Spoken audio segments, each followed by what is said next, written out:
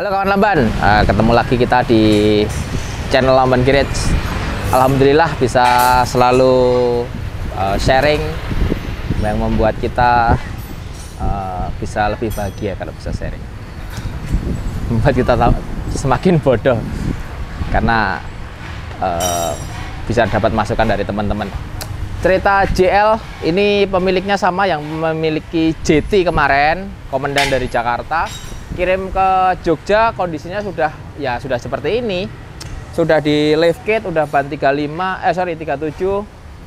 BFG, shocknya pakai King yang Black Series. Untuk JL shockbreaker setir udah pakai Vogue ATS, pernya sudah lift 2,5 in gitu, udah lengkap pokoknya.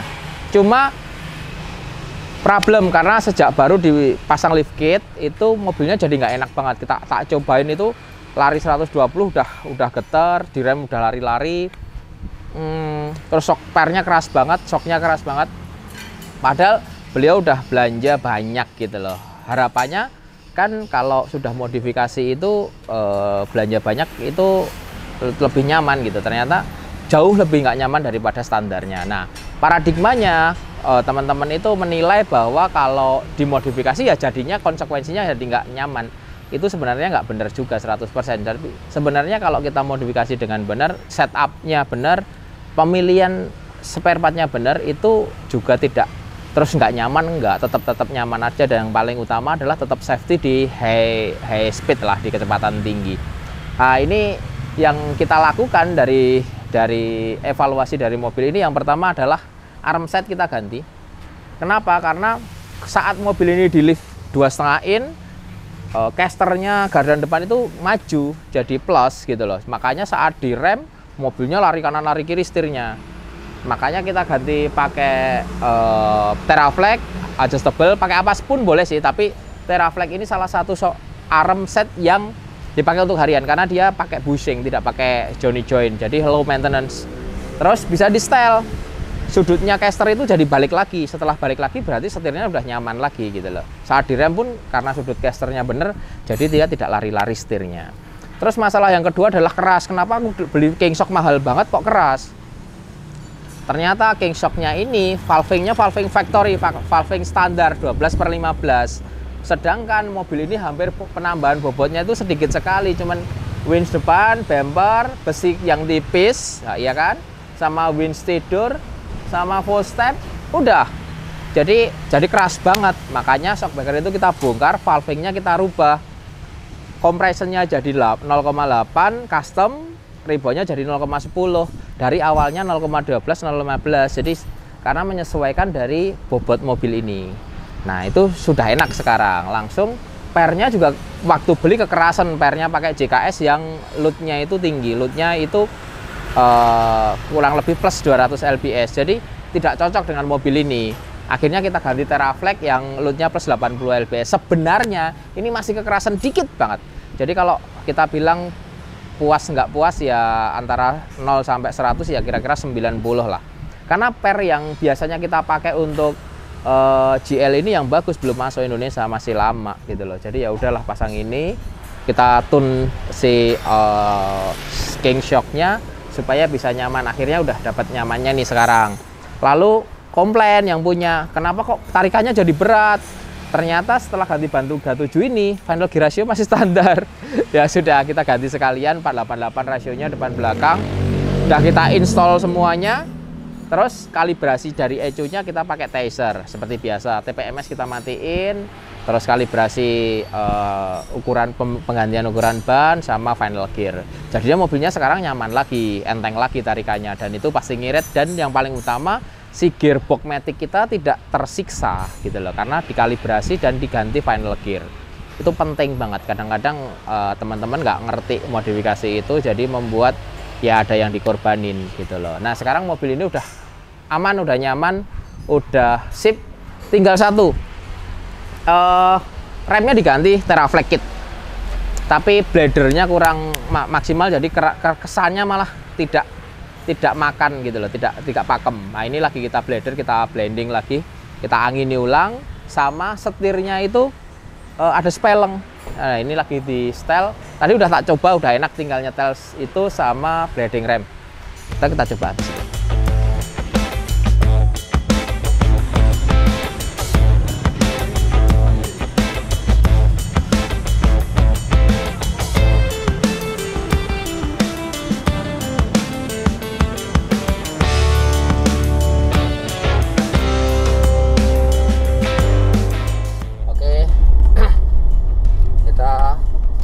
Quality control terakhir sebelum dikirim ke Jakarta mobilnya, yaitu final tune. Jadi ini adalah GL baru 3000 kilo, jarang dipakai karena problem, habis diganti shock, king shock, per, lift kit, ban 37, jadi mobilnya nggak enak dipakai. Ternyata bukan salah shocknya, bukan salah apa, cuma memang setupnya kurang pas. Jadi akhirnya cuman kita setup aja, shockbreakernya kita valving ulang, valvingnya factory itu 12-15, kita jadiin 8-10, simnya ya, maksudnya simnya compression itu kan 12, ribonya 15 diganti 0,8 dan 0,10, tapi di custom gitu, sesuai dengan kondisi mobil ini, beban velg supaya bisa maksimal. Sama pernya kita ganti yang lebih lembut dari Teraflex. Serinya sesuai dengan bobot mobil ini, karena Teraflex banyak banget juga serinya. Jangan salah beli pokoknya. Kalau GL ini sensitif banget. GL itu kita pernya salah beli sedikit aja, gesernya jauh, nggak enaknya jauh. Beda dengan JK, mungkin karena bobot GL jauh lebih enteng, mungkin sekitar 300 kiloan lebih enteng, apalagi yang short ini bisa 400 kilo lebih enteng daripada seri JK-nya. Makanya saat kita salah spring rate, salah pemilihan per, salah beli per lah katakanlah, itu jadi setupnya nggak susah, walaupun shockbreakernya bagus apapun, bahkan king shock pun susah. Akhirnya bisanya ya kita ganti spring sama kita valving shock, nah baru ketemu enak. Ini sekarang kan enak, nggak babi-babi, nggak keras gitu. Kemarin itu lari 100 lebih udah getar semua karena keras banget. Terus juga kita pasang final gear ratio karena bannya udah diganti 37, final gear ratio masih standar. Akhirnya kita ganti sekalian, kita kalibrasi pakai Tizer sekalian. Sama arm set kita ganti karena ini udah di lift 2,5 in. Terus lift kitnya 3,5 in. Terus armnya masih standar, jadi lari-lari karena casternya jadi maju kan. Nah casternya itu harus dibalikin ke sudut caster semula 5 derajatan kurang lebih. Jadi sekarang setirnya foam, jadi setirnya sekarang bisa dilepas. Kalau kemarin lari-lari kalau dilepas, kalau jalan dilepas setirnya lari-lari. Enak. Sama rem, nah rem cuma setting aja karena mungkin dari kemarin dipasang pakai Teraflex belum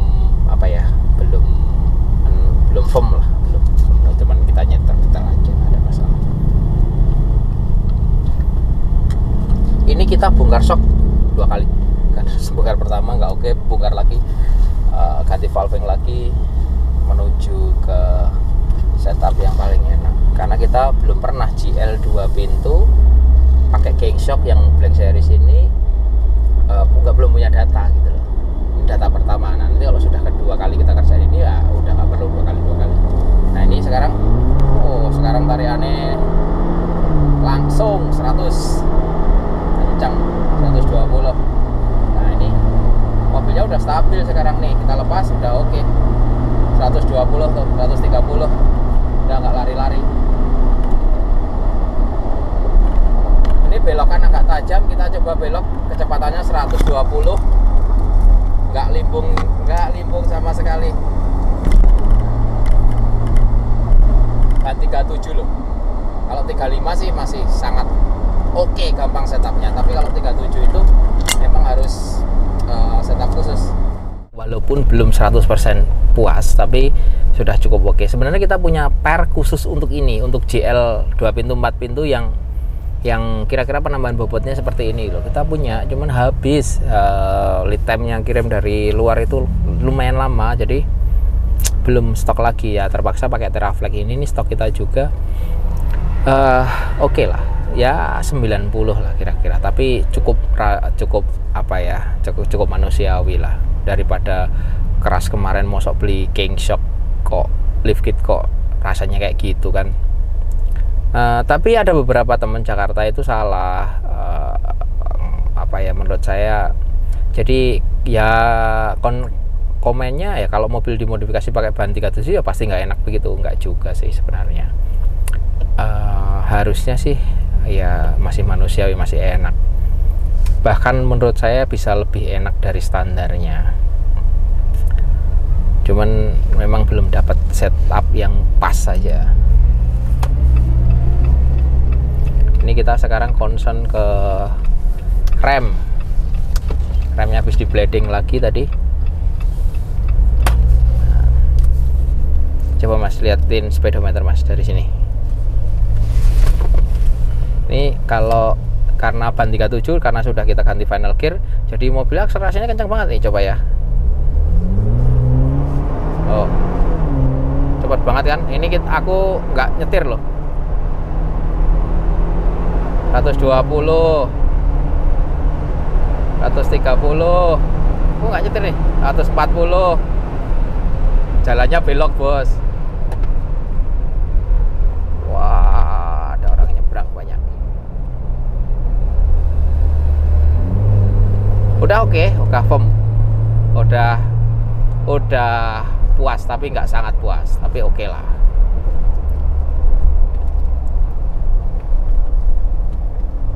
Setup apa ya, saat kita setup Jeep JK lebih rumit daripada GL 37, itu ada tantangan tersendiri. Aduh, salah dikit aja masalah, salah dikit aja problem gitu. Cuman aku lebih suka setup Ome BP51 daripada King Shock. Kalau untuk Jeep atau VX80 gitu, VX200 gitu, merek lain nggak mau aku. Tapi kalau ini sebenarnya King Shocknya bisa bagus banget. Cuma ya harus pakai valving yang benar, harus sering bongkar nggak rajin bongkar, nggak males. Ada shockbreaker yang oke banget sebenarnya. Falcon eDep itu dia pakai sensor gravitasi. Jadi saat mobil kita nunduk gitu, shockbreaker depan lebih keras. Saat kita gas, kepalanya dangak gitu kan, itu belakang lebih keras. Jadi nggak jadi dangak, nggak jadi nunduk kalau belok, terutama kalau belok kenceng gitu, mobilnya kan yang misal belok kiri, yang sebelah kanan itu kan miring gitu kan, itu yang sebelah kanan itu langsung lebih keras. Kekerasan, sensitivitasnya dan kekerasannya itu bisa kita setel lewat aplikasi, lewat handphone gitu. Terus sensornya taruh di atas dashboard itu, di sini sensor gravitasinya yang membaca dia miring berapa derajat gitu. Itu canggih banget. Aku pernah pasang itu Fortuner GL sebenarnya. Aku pernah pasang di JK Adventure Offroad. Wah, enak tenan, enak banget. Cuman Falcon itu undernya Teraflex itu kita dealer, tapi nyebelin kalau order lamanya minta ampun. Dan bukan lamanya aja, tapi dia itu kita harus punya gudang di Amerika, kalau enggak pusing, karena kita ordernya banyak, lotnya sedikit-sedikit dikirim, akhirnya biaya ongkos kirimnya nggak kehitung gitu loh, menyebalkan. Cuman itu aku cerita teknologinya ya, itu teknologi yang bagus dan harganya di bawah King Shock. Dengan teknologi itu harganya di bawah King Shock. Sakjane yo, jujur King Shock itu kalau impor sendiri murah banget, karena King Shock itu di Amerika itu shockbreaker yang universal, yang bukan shockbreaker yang high level, enggak, ya medium level lah.